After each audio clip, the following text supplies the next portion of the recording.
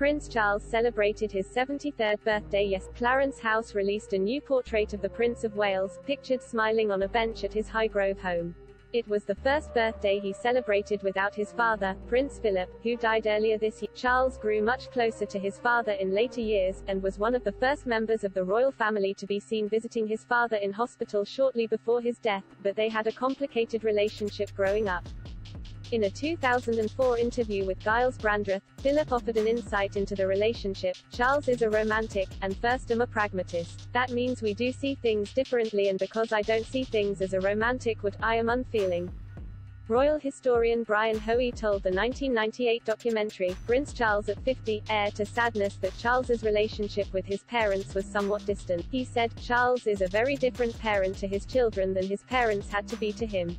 You must remember, he was born in 1948, and just 4 years later, in 1952, his mother became also his queen. And the demands of a constitutional monarchy really superseded those of being a devoted parent. The Queen, I think, is a devoted parent, but at the same time, she puts duty before everything, including her own personal happiness." The documentary's narrator, Kate Ricketts, explained Charles and Anne were prepared for a life in the public eye. Anne's tougher qualities, however, made her Philip's fave. Charles's biographer Anthony Holden echoed this, telling the documentary, "It's often been said, and it's probably true, that Princess Anne was his favorite son, his only daughter, because she, in Philip's eyes, showed a lot more strength of character than any of his sons."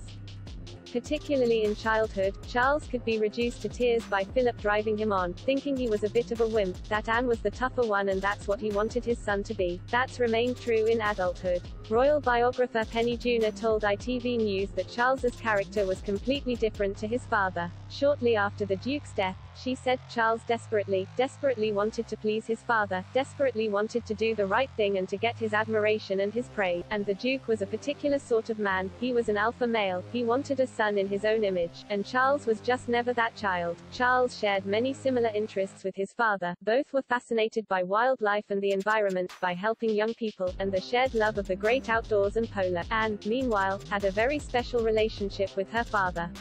The Daily Express former royal reporter Ashley Walton once told Hello! Magazine that the Princess Royal is just like her father. Mr. Walton said, "She's as strong as he is, takes no nonsense, takes no prisoners." Anne paid a wonderful tribute to her father in a pre-recorded interview with ITV. In the interview, she said, "Without him life will be completely different. But from society's perspective he was able to keep pace with the kind of technological changes that have such an impact, but above all that it's not about the technology, it's about the people." Philip is known to have had a rather strained relationship with Prince Andrew, and is said to have strongly disapproved of his friendship with Jeffrey Epstein. Prince Edward, meanwhile, had a very strong bond with his father, and often spoke out in support of his father.